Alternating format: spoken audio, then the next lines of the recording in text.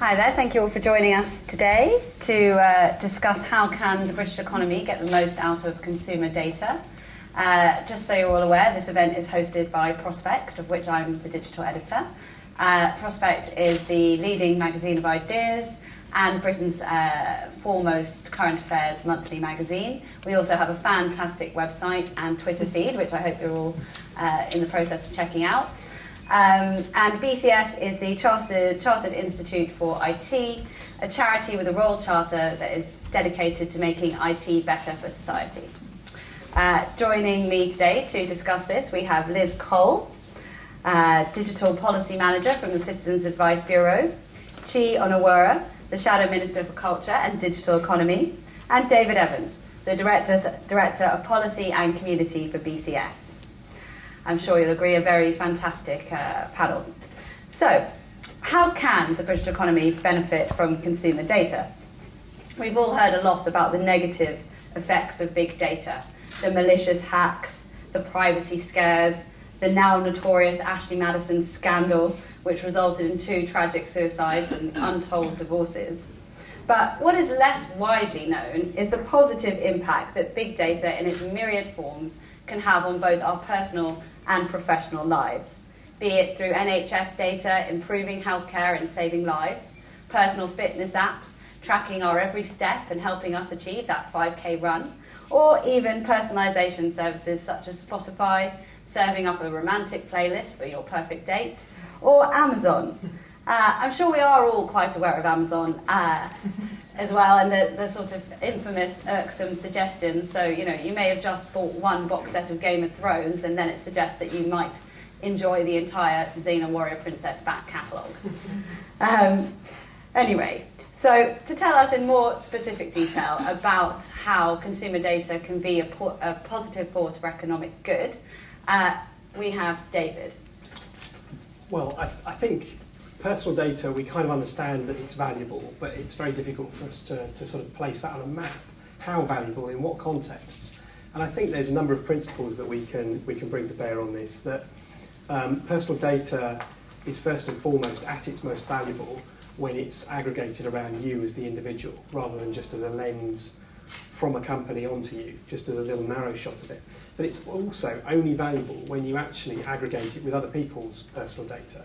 So your data on its own, unless you've got profile information that's generated from lots of different people, unless you've got the sort of big data analytics that people can do now working on multiple data sets, it's not actually worth a huge amount to you. So at the moment, that aggregation around you and sharing is kind of under threat. And the opportunities that we will miss if we don't fix that problem are huge. These are opportunities for us to make money, to be entertained, but also to manage our health, to make public services cheaper and more effective, huge amounts of different things. So there is an awful lot to be gained for our economy and for our society in solving that kind of problem. Chi, maybe you might be able to tell us a little bit about what the Labour view on the sort of positive impact on personal data can be for the economy, for entrepreneurs, small businesses, etc. Well, I think firstly just to thank Prospect and BCS for hosting this, and this is a really important debate that is often in the headlines for the wrong reasons. So the opportunities, as you've said, are huge in terms of enabling public sector services to be delivered and indeed co-created by the people who use them. We've seen a huge cut in funding for public sector services, for example, and we've also seen increasing demand for services. So data sharing supports the improved delivery of services on the public sector side, and on the private sector side, it can also support the improved delivery of services, as well as opening up new businesses and new business models based on better knowing customers and based on health applications using health data, etc. So I think technology can be an amazing force for good, democratizing and enabling consumers to control their own spending power, their own services. If you take energy data, for example, that's a really important example.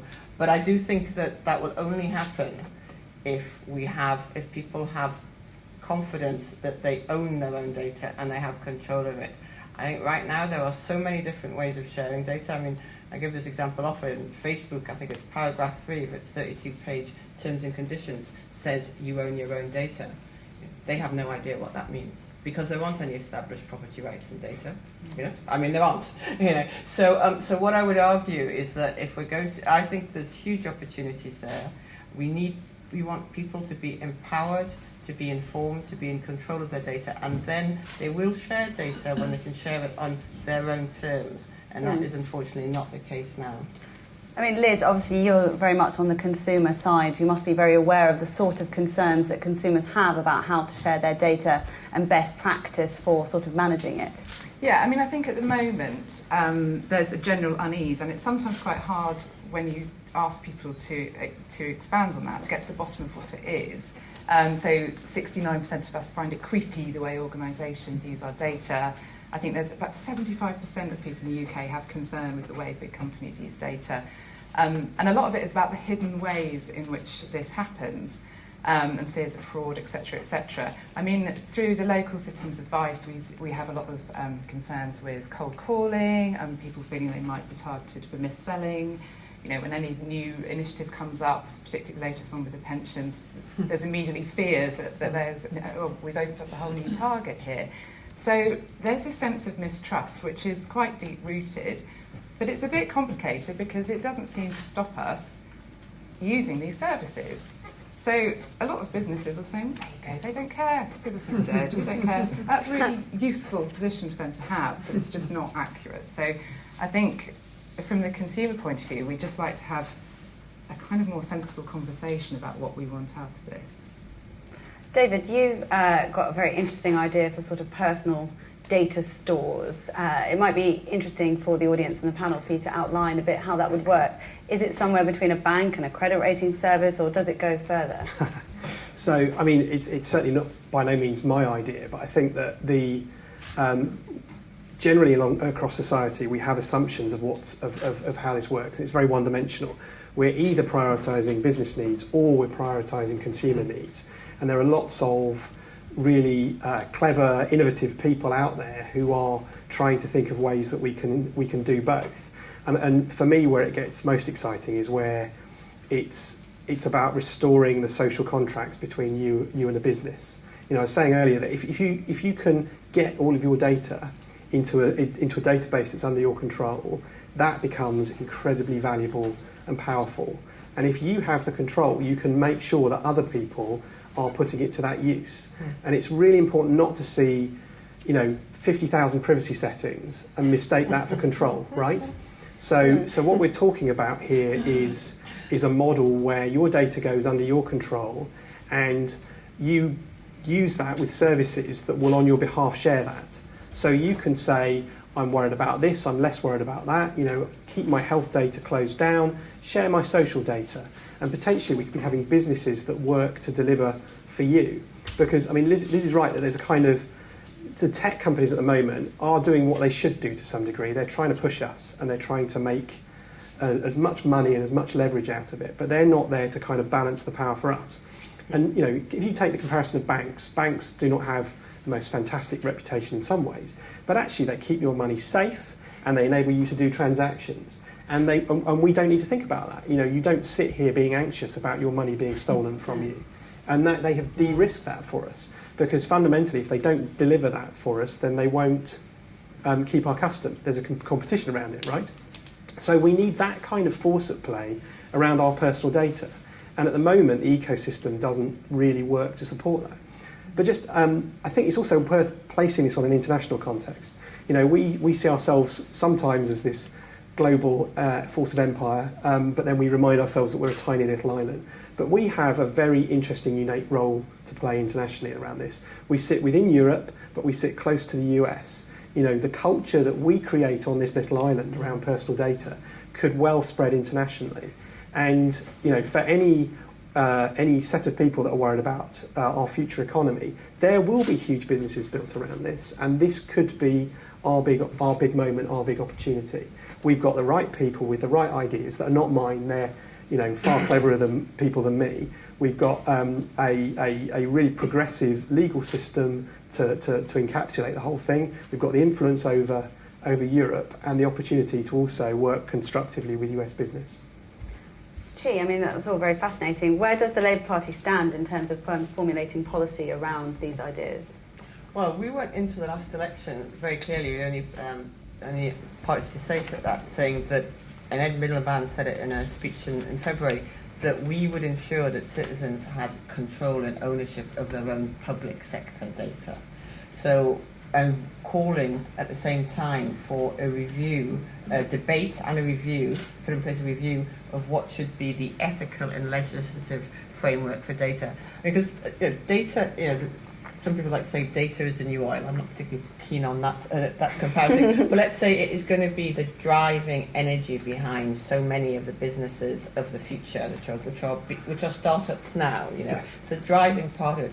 We need to understand who owns it, how it should be shared, how it should be transferred. Otherwise, we're not creating a playing field, a level playing field for new companies. It's going to be the companies with the most numbers of lawyers who are going to succeed, and we wouldn't want that, would we?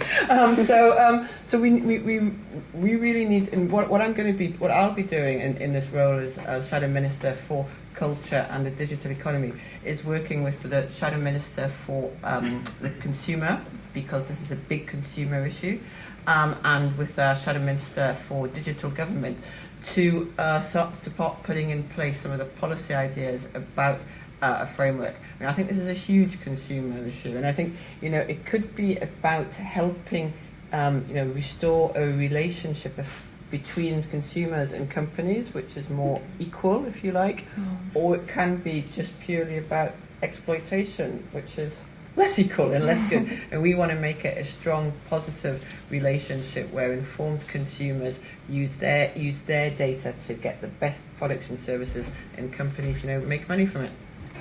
Liz, how do you think that this sort of tricky question of the relationship between consumer and company should be regulated, and particularly from the sort of work, rooted in the sort of work the Citizens Advice Bureau is actually doing now and is planning to do in the future? Well, I suppose the first thing to say is that I think it's quite obvious that the regulation isn't working at the moment and isn't giving anyone any confidence. So we've all ticked lots of boxes and not read lots of terms and conditions and then felt like we were doing something wrong, when actually those very mechanisms are designed to keep the lawyers happy and compliant and not to give us any confidence. So I think that's because, for me, over the last couple of years, that's now become quite maybe not accepted, but that is a big part of the debate, that this doesn't work. I think that's really encouraging if you're looking across the piece, because too often I think digital issues are put into one particular category. And actually, for me, this is a digital issue. This is about us being consumers in a digital society. So it's not, it can't be really put into a specific industry or service or product. This is about actually, without sounding too highfalutin, this is about how we want to live as consumers in the future. So I think there's some big questions about, yes, we'd like the benefits of personalisation, but what does that mean in terms of then maybe being discriminated against for certain services? What does it mean for insurance if our Fitbit is tracking us all the time and deciding our premiums? That is fantastic for some people, not so great for others. I mean, these are quite big sort of social questions. So I think regulation at the moment, you also need to think about the international flows and various standards on that. We need something that cuts across sectors and cuts across industries. This is about competition as well as consumer protection. So there's no easy answers for this, but I suppose from Citizens Advice point of view is that we think the consumer perspective should be there at the table at the middle and not an afterthought afterwards. Yeah. Dave, do you want to respond? Well, yeah, I was just going to say, I speak to a lot of people who are both experts in this specific area, but also people who are just working in the IT sector more generally. And nobody working there wants to do anything other than the right thing. But that the focus in people's minds is not necessarily those broader philosophical questions. And I think that we've sometimes felt that we've got to educate everyone and that individuals somehow, if we educate them, they can make the right decision about this. Somehow, if people working in a company can be educated about this, that suddenly they'll understand the Data Protection Act better and make it work somehow. I think that the degree to which things are broken is really quite obvious. We've got to make it easy for people to do the right thing. And I mean, if you take, for example, small business, the whole idea about this, to some degree, is that we want to empower small businesses to use people's data, to do a better job for them, to do a good service for them. But those tools that enable people to do that in a way that really mirrors your wants and needs just don't exist at the moment. Yeah. So we've got to create a market and a force that comes out of society rather than the tech sector that is going to really demand and push these things.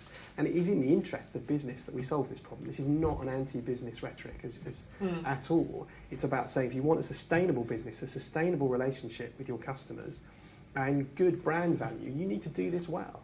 So we need to work together to deliver that. Sorry. Yeah, no, and I definitely, I think government has a role here. I mean, I know that this is something that the Conservatives may find hard to stomach, but actually government can do good here. It can set a legislative, it can start a debate, it can support a debate, and then put in place the right kind of supportive regulation. Because I think that the BCS is right in that part of the solution has to be around some sort of personal data store where your data sits, and it's a good thing, not all in one big database in the sky which can be hacked, but you have your own personal data store of your own data, your energy data, for example, and you can decide whether to share it and how much to share, and somehow it's simple. And it's not a technical solution. This is not rocket science. The technology is there. It's about getting the right environment, getting the right regulation, and probably about the right kind of standards as well, so that the private sector can start delivering these sorts of applications that put people in control of their own data. I'm not saying that's something that government should be doing, absolutely not. But we need to get the framework and the sort of the playing field there, so that the private sector and innovation can deliver. I mean, do any of you think that the media has a bit of a more responsible role to play in a way to change the narrative, to stop focusing on Facebook and Google as potentially evil and exploiting your data, and this obsession over privacy and cyber hacks, which are terrifying people? For example, my mother absolutely refuses to use internet banking. Lives in the middle of nowhere, drives miles every time she wants to go to her nearest branch, but is terrified of putting her details online because she thinks someone's going to steal them. What sort of positive approach do you think needs to be adopted to counter that? I guess one can blame the media for a lot, and I'm very happy to. I'm a member of it. But I think that the perception is there to a certain extent because the reality is there. I mean, over the we talked about all the site hacks. So banking actually is one of the internet banking is one of the secure. But there needs to be the right positive stories for the media to pick up on. How sharing health data enabled you to identify that you had a condition before you otherwise would. Or how somebody had a data store which had all their energy data in, and they've saved them £100 a year on their energy bills. There needs to be the positive stories, but we don't seem to be getting the positive. We've got positive examples of small services which. It's almost like the penny drops. You go, that's brilliant. So I don't know if you've heard of a service called Bill Monitor, where you put in your mobile phone usage, and it's some very clever mathematicians from Oxford who run an algorithm and give you a 3-monthly average of all your minutes, all your data you're using, and all your texts, and then tells you this would be the best deal for you. And guess what? It's way cheaper than the bundles which are marketed to us because we're inclined to go for more than we need to be on the safe side. I mean, stuff like that, you can save most people sort of £15, £20 a month. They're kind of geniusly simple ideas, but they're having trouble going big scale. That relies on... How do you input your data? Well, at the moment, you have to trust them and give them your your user account details for. So you need to pick up because there is. So they know who you've been calling. Yeah, but because there isn't. But do you know what I mean? They're having to independently say you can trust us, and some people do, but they can't go to scale. But those kind of great ideas, I don't know how appealing that is to the media, but they're the things that are. They start and they get a bit stuck because of the bigger system. They can't get traction. Exactly. I think, any strategy that involves getting the media to write positive stories is not going to work. But I think what I've always found frustrating around a lot of these things is that there's not more of an idea of the opportunity cost. As in care.data, for example, the fact that it is not working in a way that society has accepted, right? The issue isn't a policy failure, it's the fact that there are going to be people who will die as a consequence of that technology. How is it not working specifically just for the audience? What I mean is that we have yet to find a way of getting people comfortable with sharing their medical information for the public task. And I'm not suggesting that we should blindly give our data, and I'm not suggesting we should withhold it. What I'm saying is that we have yet to have that proper kind of social conversation about what it is okay for the NHS to take from us by force and what it is not okay, but we might want to share, and how we deal with all of that. And that the immaturity of the debate around that, as just as an example. Yeah, but I think I'm going to have to go question, but it was really interesting when Apple launched its health apps for its Apple Watch. It did it when, and the Department of Health in this country, I hope it was watching, they did it in front of a massive screen which said in large letters, "We will not hold your data." And what they were saying was that you could basically they said you can share your health data with different research groups and universities, and Apple wouldn't hold it, and it would be up to you. So that was how Apple, who are quite good on the marketing front, approached that, rather than the UK health industry's approach, which was on date X, all your GP data is going to be shared, and hey, if you want to opt out, there's somewhere over there that you can go to do that. Facts. It's so. I agree with you that the opportunity cost is huge, and I agree with you that it needs to be better communicated. But we also need to be starting from a position of trusting people to make decisions for themselves. Yeah. Just out of interest, who in the audience uses any sort of personal fitness apps or the sleep monitoring patterns or anything like that? not a bad percentage. Because Chi's got to go quite soon, are there any questions anyone would like to direct to the panel on this very fascinating topic? Yes? Rennie Kinzer from RSA Insurance. The issue around, I quite like this theme of the relationship between the company and the consumer being empowered through a better balance of data ownership, use and exploitation, if you like, of that data for the consumer benefit, but also to allow companies to make money and to drive the economy using this data and personal information. However, the regulatory route is pitted with all sorts of problems, and we've seen through Europe's approach through the data protection regulation that you can over-regulate and you can drive out innovation if you get it wrong, and it's so easy to get wrong. I think that's absolutely right, but it tends to be a cycle, isn't it? There's no regulation, I remember the days when the internet was described as the Wild West and it should never ever be regulated. There's, even child porn was your right to be able to Yeah. So there's no regulation, and then there's a backlash against no regulation, and then there can be over-regulation. I agree. So let's try and have the debate as much as possible in advance and get the right kind of balance, because I think you're right, and I think we've got the Data Protection 2 directive coming through, and it tends to be an over regulation of what can be an immense force for innovation. I mean, those regulations coming out of Europe are either going to be a total catastrophe or the last final defence between us and being overwhelmed by corporations, depending on who you listen to.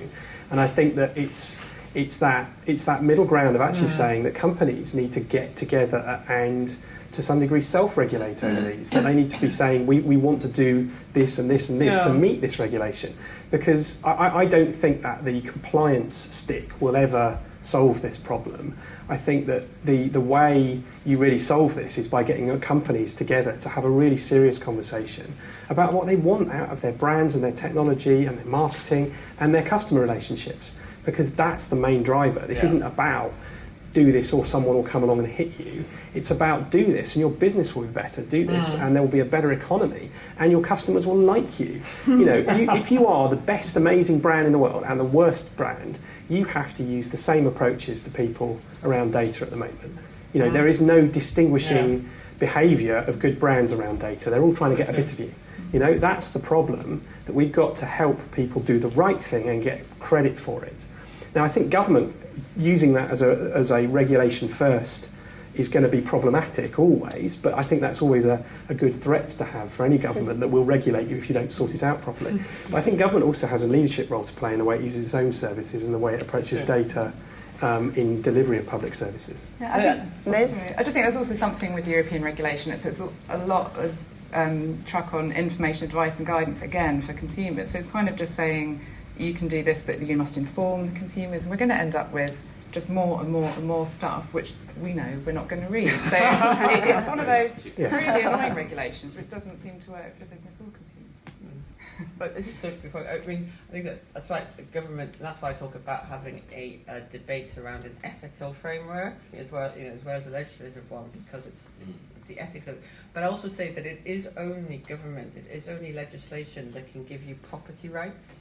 If you like, recognising property is one of the first. So if we are going to have property rights in data, then that would have to be as a consequence of legislation. Well, yeah, I can see that. I think that there are problems around expressing rights over data to that extent of ownership, because we're always creating this with a company. But I think what we've got to have is a kind of a technical environment that lets us have the conversation, because it's all a bit, I give you consent to do huge coarse things, and suddenly I've given you my property right. At the moment, that's the there's no granularity to the way. Also, when you get an app on my Android Samsung, and I put that app, it gives you it tells you what it's having access to. You know, your identity, your location, your media, your photographs, your camera, and there isn't any.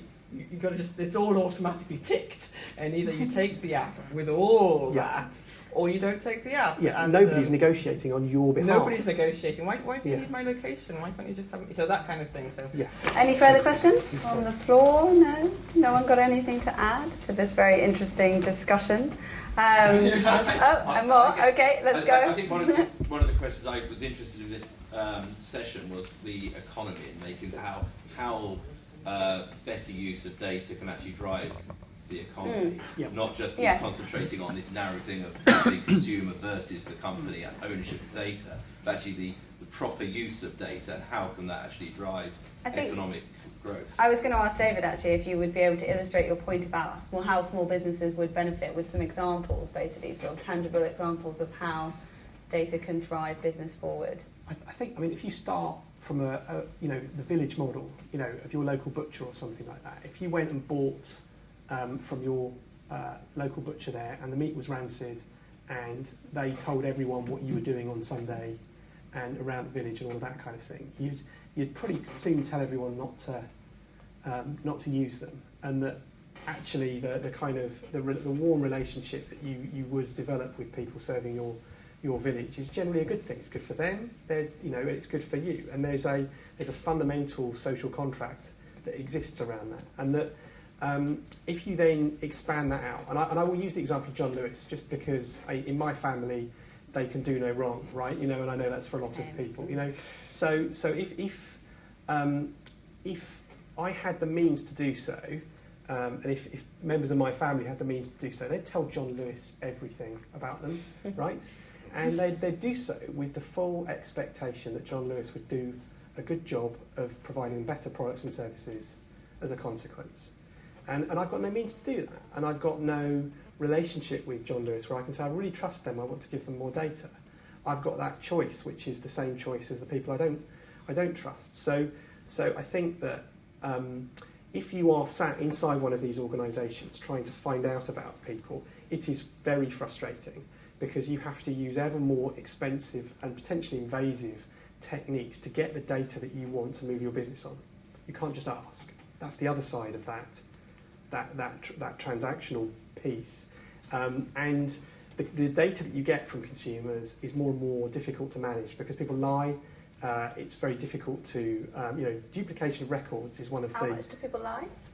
Well, I think that it's difficult to tell whether someone's lying necessarily or that they are merely just giving you a slight modification of details over time and all of that kind of thing. But even for BCS in our membership data, it costs us a lot of money to keep our database accurate and up to date. And if you scale that up for organisations and you scale the types of data up, it's even more difficult. Your brand reputation is very difficult to tie to that risk of it's either everything's going to be fine or suddenly you're going to be on the Daily Mail's front page. Those risks are really difficult to manage and control. So businesses, the John Lewises of this world are going to find it ever more frustrating that they can't break out into a more positive relationship with organisations, and that every business, every sector, personal data is the major business differentiator now. As in providing you as a consumer with a better service, providing you with a more rich, diverse, interesting service. That's where it's all going to go. I think insurance companies are a particularly interesting one because of potentially piercing sort of shared risk models and all of that kind of stuff. Adjacent to that, though, as a new business model, banks for personal data, if you were to take the market capitalisation of companies that currently exist around personal data, it is spectacularly large. Now, I've seen estimates that right today, in a fairly small, limited way, 16 billion is the market size for personal data type products. So not augmenting John Lewis, but creating new services. And I think that's lowball. I think that there's huge amounts of new businesses that we could create off this. And wouldn't we love to do it in the UK? So that's the kind of the landscape that I'm talking about, which I don't know whether Liz has got. Well, this lady yes. has got a question. I'm just trying to get her the microphone. Hang on 1 second and work out how to turn it on as well. 2 challenges. There's a red button underneath. Is that I pressed? think we'd be high tech enough at this event to manage a microphone. Thank you very much. This is more of a comment than a question, actually, and it's very, very low tech indeed. But it's a kind of algorithm that I want to offer, and I'm not sure how it could be converted into something within IT to benefit big businesses. But I run a very small business. I run a children's bookshop, and we want to encourage customers to come in and buy from us and order books from us. And what we do, all they do is give us their name and their phone number. And we keep the data on what they buy from us on a card. They don't have to keep that card. They don't have to keep it in their purse and produce it every time they come in the shop. All they have to do is say, we're in your loyalty scheme. We find the card, we find their name, and we write down what they've spent on this card. And when they've been in 9 times, we add up what they've spent, and we tell them that you've now got 10% of what you spent as credit on your next sale. And it works in that we get more and more people coming in and ordering their books from us. Now, I'm very much into computing. I love ICT. I bought my first laptop in 1993. It was the old Apple PowerBook, and I carried it round with me and kept my data on it. But this was such a low-tech idea. But boy, it works to increase sales. I'm not sure how I'm sure there are ways of converting it. This is quite interesting, actually, because we were discussing the issues around this beforehand, and you mentioned that how the sort of trend at the moment is towards mass-produced bespoke. So that's a sort of beautifully analogue version of the Amazon suggestions, which actually is perfectly tailored to everyone's individual needs, possibly works a little bit smoother. But this idea that we actually all want everything absolutely personalised to our own tastes, our environments, I mean, is that where we're going? Or do you sometimes just want to be like everyone else? I think it also points to some of the inefficiencies in the way that our data is used to target. Because as my mum said today, I was saying, come on, what do you think about this? What are your worries? She goes, well, I just don't like it when I buy something. And then I'm told again that I can buy the exact same product. So there's something really inefficient in the way that our data is actually used, which could be reversed if we had safer, trusted systems where people could volunteer the kind of things they want to buy, in which price bracket, at particular times. So yeah, I think there's definitely something there where we can use it a lot better. I think the point this lady was also making, though, is that it all just feels massively, for the consumer to do it, feels massively time-consuming. And we live in a very time-poor society, and her lovely sounding bookshop, you know, you very kindly do all that for the consumer, which is something that's kind of been lost in this idea of, yes, empowerment, yes, let's have technology, let's do it all ourselves. You know, when self-service checkouts came in, everyone just covered their ears and groaned and ran back to the till. But I think there's something in the time saving that can be done in a way which then frees up other resources. So using citizens' advice as an example, if people are having trouble with spending or in debt, you sit down and laboriously go through all your spendings on tables. Similarly with energy, if you want to swap deals, you need to find your bill, you need to find all sorts of different things. And all these are barriers which just put us off because we have other things that we'd probably rather be doing. So I think I really believe it should make stuff easier. We should be able to outsource some of these really annoying tasks that we have to do, which don't give us an awful lot of pleasure. And that should be the kind of place where tech is making life easier and taking on the kind of burdens which I think we have more and more in today's society. I think where the business opportunity sits around this is you're talking about a warm relationship with your customers and a kind of an environment of trust, and that they know they can come in and, you know, leave their handbag on the counter while they deal with one of their kids, and you're not going to rifle through it. You know, that kind of that. You know, I mean, what? But you know, there's something very warm and human about that from that point of view. And the opportunity is to have tech systems that support you in that, rather than making it more difficult for you. So support you as a small business owner and support your customers. And so that just as my family might share more information with John Lewis, you're running exactly the sort of business that my family would love to share information on. And that, you know, what did they think about that book? You know, what did they, you know, we've just had another baby, and there's going to be another round of spending on books, the plot of which elude me slightly, but the kids seem to like them. That kind of, you know, and so there's an awful lot more rich interaction that we can have digitally if we make that transition properly. You know, we have obviously have a website, and we ask people to tell us about books that they've bought that they like, but they don't bother. No, and that's what I'm saying. But this is the basis of a lot of interaction and a lot Yes. of ordering. Yeah, and I think a lot about this is just about making it easy to do the right thing for everyone. And that is the market opportunity. If you can build services, if someone out there can build services that you want to buy to do that, then you'll not be alone from that point of view. And that because we're better reflecting what we want to do as human beings with people in a business, you're talking about creating a world that leads to higher freedom and controls, you know, as individuals, and greater prosperity as businesses, right? I mean, is that what we all want, though? Is more freedom and control? Is more control over these aspects of our lives that used to be covered by the service industry, for example? Is that what we really want? Does that make us more happier? Does it make us freer, or does it just bog us down in more tasks? Well, we did some research. We asked a very dangerous question for a charity that's supposed to make IT work better for society. We asked if using IT makes you happier, or in a technical term, increases your self-reported well-being. It was very dangerous, because if the answer was, well, no, then we might have to change our organisational strategy to stop using it, you know, and that would have been a bit awkward. But thankfully, it did show that there was a positive association. And the kind of, the mechanism that seems to be working is that if you use more technology, the extent to which it increases your sense of freedom and control is the extent to which it supports your well-being.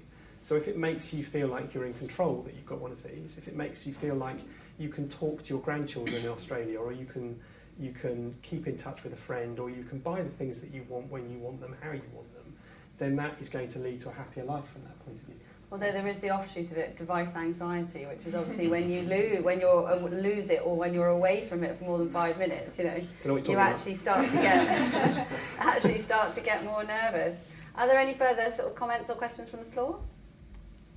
At all? Yes, gentleman at the back. So we're sort of talking about this new model and government creating a framework.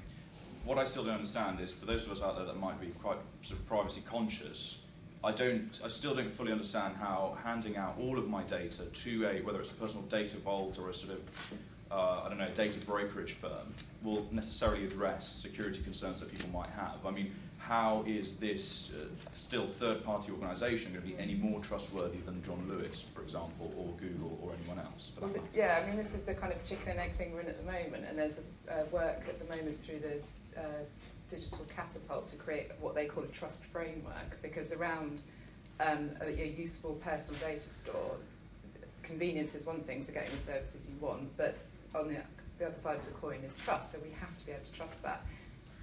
It's a really difficult one. I mean, I guess we've been here before with other technologies. When credit cards came out, I understand, I wasn't around then, but I understand there were lots of different formats, and they worked out a sort of system whereby everyone agreed that when I spend on my credit card, this is honoured here, and if something goes wrong, then this is where I go. So all that stuff is kind of in development. So it's really easy to say, oh, it's all about trust, but that is what we have to get to. And I guess, you know, MyDex, which is a personal data store, that's one of the only ones that meets international standards on security. So there's reliance on traditional things like ISO, British standards, all of those kinds of things. And then also some heavier self-regulation, privacy by design principles.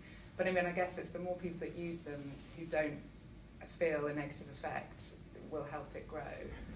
Yeah, and I think that the fundamental thing is about creating an opportunity to choose over what happens to your data. And if you don't want to share it, you don't have to. But I think that, you know, how many of you would agree with the phrase, I trust bankers? Okay, nobody. How many of say yes, because you do? No, hang on. Well, yeah. Then the question is, how many of you keep your money under your mattress or in a similar location? Yeah. Camera's probably not a good idea at this point.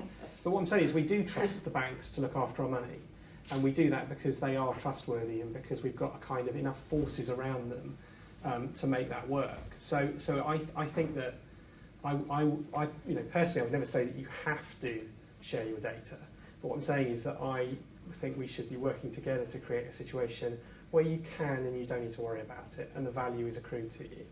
But a lot of that is we trust the banks. I mean, partly it's a kind of cultural thing, and also we know what to do when something goes wrong. Yeah. And that's, you know, I mean, Yes. I work in the consumer rights area, so I think about things probably a lot more than other people around this. But we've internalised a lot of these rights. So you know, if you buy a faulty toaster or if you use a builder, you know where to go and you know how to put things right.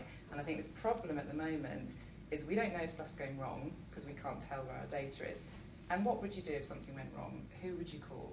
Is it ICO have a hotline? I mean, what would you do if something happened that you didn't like? So we need to have the sanction or some accountability when It's things a go very wrong. good point. In a way, you're possibly even better off having your data in disparate places, aren't you? Because then you can cancel your credit card, but that doesn't mean, you know, your health data is still safe.